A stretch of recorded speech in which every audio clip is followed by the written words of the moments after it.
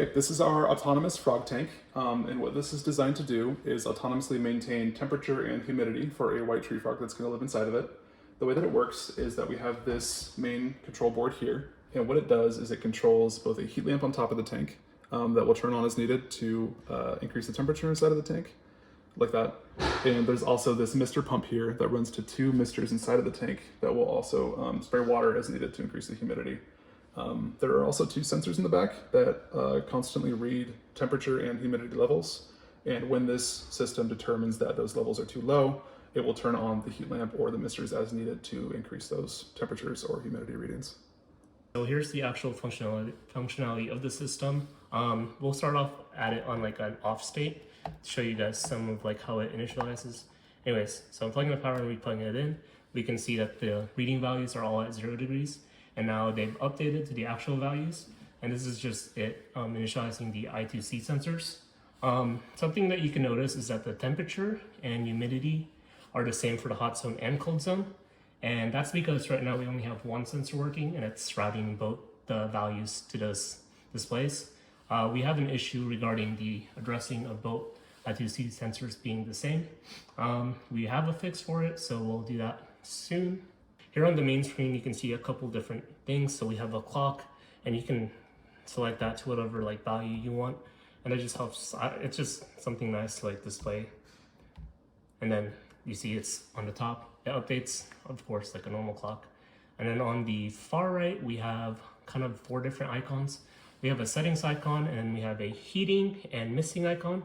And right now they have red like markings on them saying that basically it's currently disabled. And so when the system first starts on, they're defaulted to disabled. And then at the bottom here, we have an alerts icon. And that basically means that if the system had some sort of like issue with like the I2C sensors like stop working, or if, I don't know, the misting system no longer is misting properly, then that icon should show up. Right now, we don't have it programmed to do anything. So it's enabled by default. So clicking on it shows you like an alert screen that's kind of blank.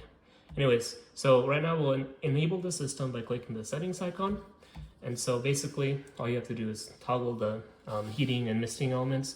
And so at the bottom here, we have 2 sliders that are set at default values, which is the wanted values that our sponsor needs for the frog. So it's 75 degrees Fahrenheit, 70% humidity. And that's always, you know, we can adjust it, set those values, but we'll keep them about what they were originally. So we turn on the heating and misting, and well, didn't turn on. Now we turn it on, and you can notice that the system went on right away. Anyways, I'll disable the misting real quick. Actually, it's fine. I just turned off. But yeah, so the blue circle means that it's currently like on. And notice how the light is on when there's a blue circle on it. And another feature that we're going to implement in the future is clicking on any of these 4 like this or numbers will kind of show like a historical data of that measurement.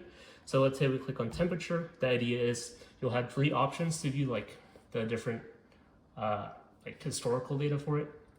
This isn't coded in right now, but it's something we're working on. And so we want to do like an hour feature, day and month. Hour is like the last, you know, hour, and like we'll show data points for every minute. Day would be like the last 24 hours. So like a data point for every hour, and that just averaged out. And then the same thing for month would just be instead days. So yeah, and that's about it. All right.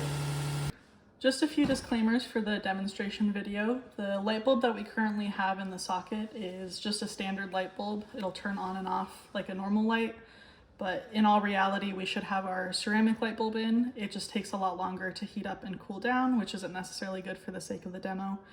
And we also wanted to show that the sensor is taking in live data, which you can see on the screen when I put my hand on it. The temperature should increase and the humidity should increase just because of the warmth of my hand.